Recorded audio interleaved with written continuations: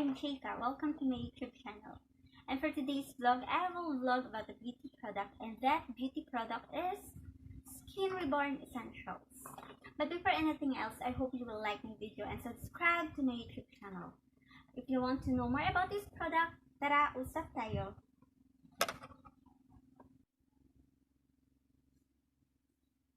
Bago ang lahat guys, gusto ko munang magpahingi ng pasensya. Hindi marunong ako masyado ng Tagalog, so sorry na lang sa intonation ko. At may speech defect ako sa S, so sorry na lang ha, pasensya na lang. Kung sa Ilonggo pa nga, sungaw daw ako. I've been bullied so many times, pero kapalmoks na lang ako sa paggawa ng vlog na to. Okay lang yan. So speaking about bully, kung binubully ka ng ibang tao dahil daw yung face mo daw, rocky road. Kung baga, yun yung term, may rocky road, maitim, maraming pimples, at kung ano-ano pa. Well, siguro ito na yung chance mo para ma-achieve mo yung tinatawag na glassy glow skin at hindi ka na mabuli ng iba. So, ano nga ba ang laman ng Skin Reborn Essentials na ito? Well, ang Skin Reborn Essentials na ito ay in-introduce sa akin ng kaklase ko na si Lisa. Thank you very much. Dahil dyan, ginamit ko to at satisfied naman ako. Well, ang laman nito, lang box na to, makikita nyo yan. Orange na orange siya guys. Wow, orange na orange. Well, ang laman niya, 1, 2, 3, 4, apat ang laman niya.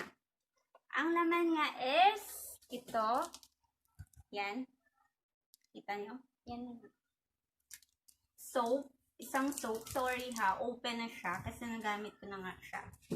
Then, pangalawa, ito, yan o, kita nyo, toner, deep toner, then ito, rejuvenating cream tuwing gabi, at saka ito, sunblock cream sa umaga. Apat yung laman niya guys, and it is pangatlong araw ko na ginagamit to, and so far parang okay naman siya, okay siya sa akin. And kung tatanungin nyo ako kung paano ko to ginagamit, well, bago ang lahat, bago mo to gamitin pala, you have to skin test na, do a skin test, dahil hindi lahat sa atin hiyang dito, and meron na mga iba na allergic. So, kapag hindi kayo nag-skin test at diretso nyo na lang ginamit to, at hindi mo alam na may allergy ka, nahulog eh. Hindi mo alam na may allergy ka, baka isang araw or isang umaga, gigising ka na lang, Powerpuff Girls ka na. Powerpuff Girls kasi puffy na yung face mo, nako, pinky-pinky na parang si Majin Buu. So, dapat, bago mo gamitin to, naka-skin test ka. Paano ba gawin yung skin test? Siyempre, magti-test ka muna. Kumuha ka nito, lagay mo dito or dito. Dito yung pinaka-sensitive, I think. And kung na-irritate siya, well, meaning to say, parang sensitive ka nga or baka may allergy ka. So, unang gamit ko dito, sorry ha, first time ko lang ito mag-vlog ng beauty product na to. Pa-try lang. This is my way on how I vlog. Unang gamit ko dito is night time. And, syempre, ang ginamit ko, naghilamos ako, gamit nito. Ang bango niya, parang likas papaya. Mabango talaga siya. Gamit ng soap na to. Gustong-gusto ko tong soap na to kasi, ang laman or ingredients ng soap na to, very, very effective talaga na mga ingredients na maka-achieve ng glassy glow skin. Kasi meron siyang coconut oil. As you all know, kung magre-research kayo, yung coconut oil talaga, ginagamit talaga yan sa sa karamihan na beauty products. Then, Meron din siyang kojic acid. Yung kojic acid, di ba, alam naman natin na nagpapaputi yan. And then, meron din siyang papaya extract.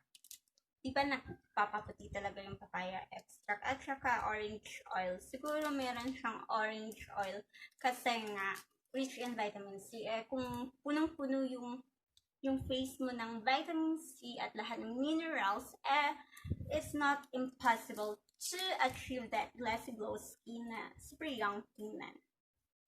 And then, yung after mo ng wash ng soap na to, wash ka dito, rub lang, gentle lang, wag more than 20 minutes kasi kapag more than 20 minutes, baka naman, alam mo naman na lahat ng sumasobra masama. So, not more than 20 minutes, okay na yon. Then, after that, rinse off ka ng tubig. And then, I suggest na sa pag-pat dry mo ng face mo, gumamit ka ng tissue paper, yung kitchen towel, kasi mas maganda yung kitchen towel na absorb niya yung basa, or absorb niya nga yung oil yung water pa kaya sa mukha mo. So, ma-absorb niya. And I suggest na yun yung gagamitin mo. Kasi kapag gumamit ka ng towel, di ba gusto mo ma-achieve yung clean face, walang bacteria, di ba? Eh kung gumamit ka ng towel, naligo ka, magpapat-dry ka, marami na yung bacteria or germs. So, much better na yung i-wipe mo sa face mo, yung kitchen towel or toilet paper. Pwede yung toilet paper na hindi siya, nabibitak-bitak. Yung parang kitchen towel, yung texture niya. Okay na yun. So, after that, after mo nang gamit ng ng soap na yan, ay naku, nahingal ako. After nyan, gumamit ka na ng toner. Itong toner nila, I've been using other products before, like yung color pink. Gumagamit for sure kayo ng color pink na yan. Alam niyo na yun kung ano yun. Pero, as far as I remember, when I used the toner, parang during evening and in the morning. Pero ito, for night use only siya. So, gabi mo lang siya gagamitin. So, 5 drops, siguro for kapag dry yung face mo, mga until 5 drops ka lang ng toner. Pero kung oily yung skin mo, you can, kahit until, 10 drops, okay na yun. Wag sobra. Kasi lahat ng sobra nga, sabi ko, masama. Then, yung directions sa paglagay ng toner, upward motion lang siya. You know, bakit kung upward motion? Kasi, it will prevent your face from sagging. Kasi, hindi yung saging banana ha. Baka sabihin nyo saging na banana. Hindi, no. Yung sag face ba? Yung ganito. Ganyan. So, dapat upward, upward, upward, upward. And then, the next is, na yun? Yung yung night cream mo ito. Yung night cream whitening moisturizer. Ito, yung night cream, tingnan nyo.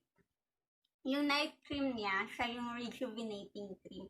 Ito yung mag-change yung skin mo into a glassy glow skin like the Koreans. I really love to be a Korean dahil sa K-pop. So, kaya ginamit ko to. When you open this, mabango siya, mabango. And then the color, ito yung color niya. Nakikita niyo parang siya, yellow na something white, like milk. Parang milk siya. Basta ganyan. Then, ito, sabi niya, it helps lighten the skin and eliminates blemishes, improves the skin ability to remain young and glowing. So, ito pala yung magpapaglow ng skin mo. Then, before bedtime, ilagay mo to, abracadabra, sabihin mo, abracadabra, tapos matulog ka na, mag-pray ka muna bago ka matulog. Then, the next morning, pagising mo, you will wake up, wow, grabe, ang ganda ng effect sa face mo. Parang bago, parang sa Cinderella ka na nag-transform. Then, yung akin nga, pagka next morning, Parang talagang mafe-feel ko na parang nagiging firm yung face ko. Parang meron talagang changes.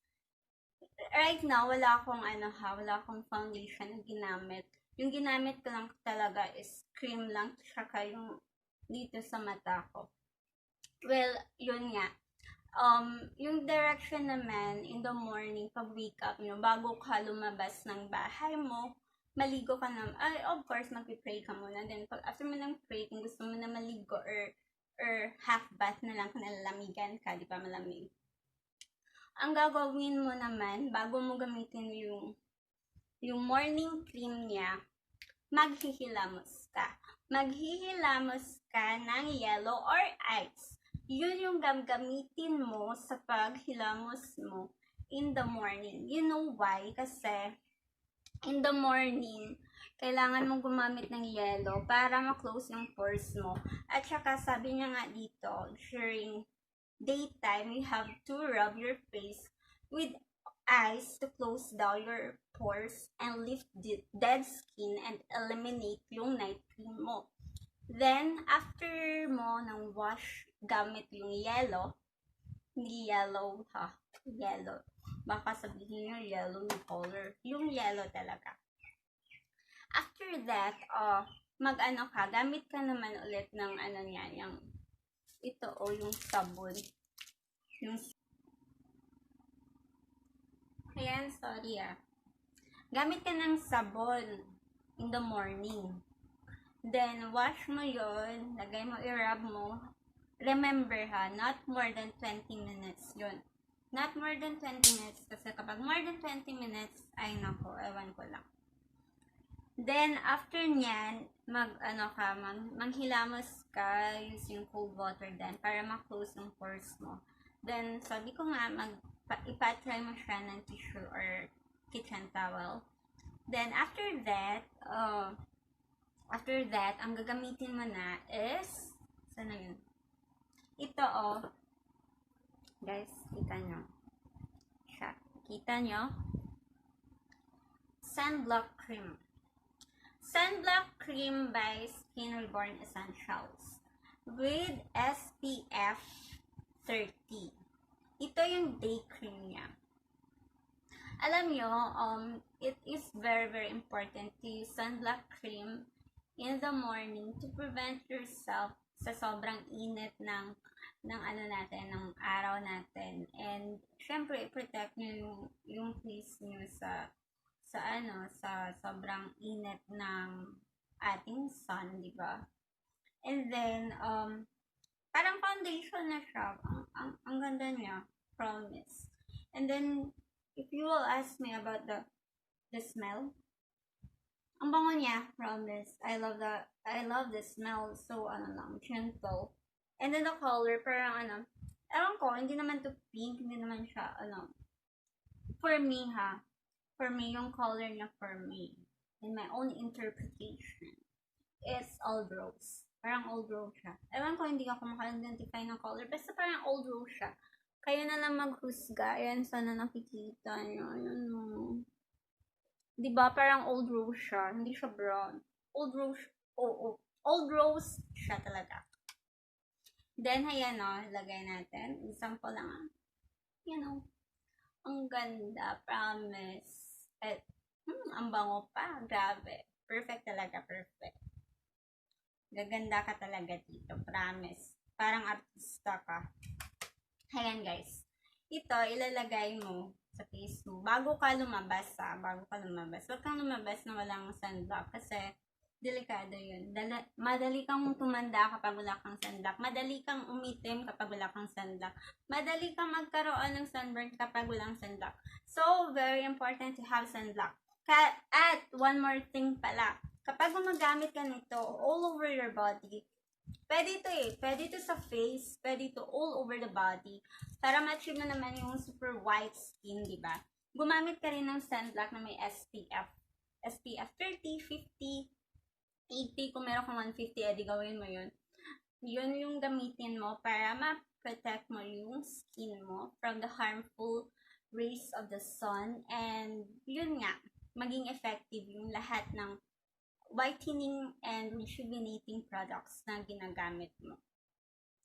And yun lang guys, yun lang yung mabablog ko tungkol dito. And yun nga, hindi nyo siguro nakikita, pero meron akong pimple dito bago ako gumamit nito, itong product na to, wala na naman doon na lahat. Bago ako gumamit nito, meron akong pimples dito. Parang dito siya.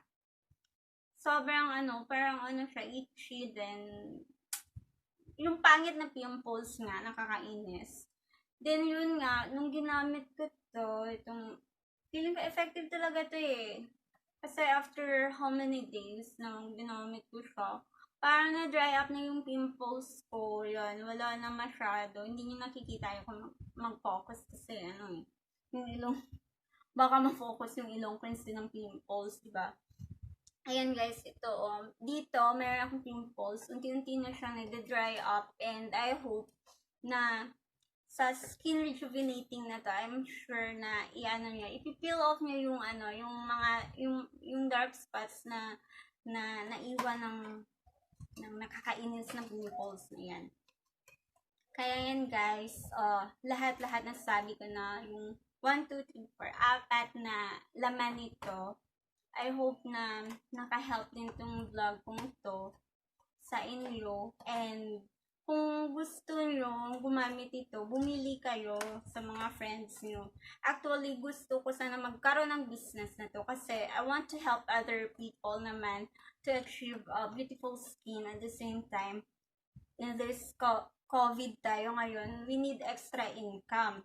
And I'm planning na hindi lang ako maging user nito, magbi-business na rin ako ng Skin Reborn. Kaya kung meron namang distributor dyan, sino kayo, mag-a-apply ako, maging sub-distributor na rin ako para, ayan, well, using this, naka-help ka rin mag-earn ng extra income and you can also help other people to achieve glassy glow skin and young and white naman, diba? And then, one more thing, meron ka pang extra income, and they naka-help talaga, grabe.